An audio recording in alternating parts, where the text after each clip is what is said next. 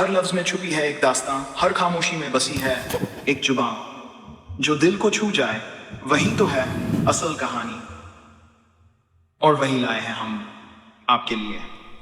The practicing mind, Thomas M Sterner की पुस्तक का सारांश। नमस्कार दोस्तों, आज हम बात करेंगे एक ऐसी किताब की जो हमें सिखाती है कि कैसे हम अपने जीवन में धैर्य, सजगता और अनुशासन के माध्यम से किसी भी कौशल में महारत हासिल कर सकते हैं। ये किताब है द प्रैक्टिसिंग माइंड, जिसे लिखा है थॉमस एम स्टर्नर ने। अभ्यास का सही अर्थ। अक्सर हम सोचते हैं कि अभ्यास का मतलब है बार बार कुछ करना, लेकिन लेखक कहते हैं कि अभ्यास का असली अर्थ है सजगता के साथ प्रक्रिया में शामिल होना। जब हम किसी कार्य को पूरी जागरूकता और ध्यान के साथ करते हैं, तभी हम वास्तव में उसे सीखते हैं और उसमें निपुणता प्राप्त करते हैं। परिणाम नहीं, प्रक्रिया पर ध्यान दें।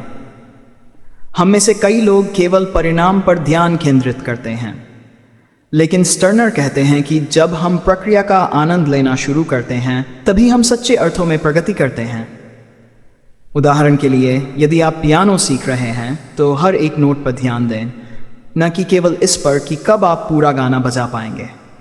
और अनुशासन का महत्व। किसी भी कौशल में महारत हासिल करने के लिए धैर्य और अनुशासन आवश्यक है। स्टर्नर कहते हैं कि जब हम अभ्यास करते हैं तो हमें खुद को जज नहीं करना चाहिए। गलतियां होंगी, लेकिन उनसे सीखना और आगे बढ़ना ही सफलता की कुंजी है। करो, देखो, सुधारो। स्टर्नर एक सरल लेकिन प्रभावी विधि प्रस्तुत करते हैं। करो, देखो, सुधारो। इसका मतलब है करो, कार्य को प्रारंभ करें, अपने प्रदर्शन का निष्पक्ष मूल्यांकन करें। सुधारो, आवश्यकता अनुसार सुधार करें। यह चक्र हमें निरंतर सुधार और विकास की ओर ले जाता है। बड़े लक्ष्यों को छोटे हिस्सों में बांटना। बड़े लक्ष्यों को छोटे छोटे हिस्सों में बांटना उन्हें अधिक प्रबंधनीय बनाता है। उदाहरण के लिए, यदि आपको एक पूरी किताब पढ़नी है तो उसे अध्यायों में बांटें और हर दिन एक अध्याय पढ़ें। इससे न केवल कार्य आसान लगेगा, बल्कि आपकी प्रेरणा भी बनी रहेगी। 6. वर्तमान में जीना। भविष्य की चिंता और अतीत की पछतावा हमें वर्तमान से दूर कर देते हैं। जब हम वर्तमान में पूरी तरह से उपस्थित होते हैं, तभी हम अपने कार्य में पूर्णता प्राप्त कर सकते हैं। यह सजगता हमें तनाव से मुक्त करती है और हमारी उत्पादकता बढ़ाती है।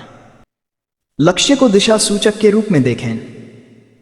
लक्ष्य हमारे लिए दिशा सूचक होते हैं, न कि अंतिम गंतव्य।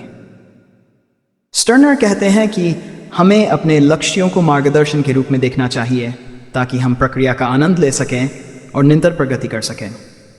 द प्रैक्टिसिंग माइंड हमें सिखाती है कि जीवन की असली सुंदरता प्रक्रिया में है, न कि केवल परिणाम में।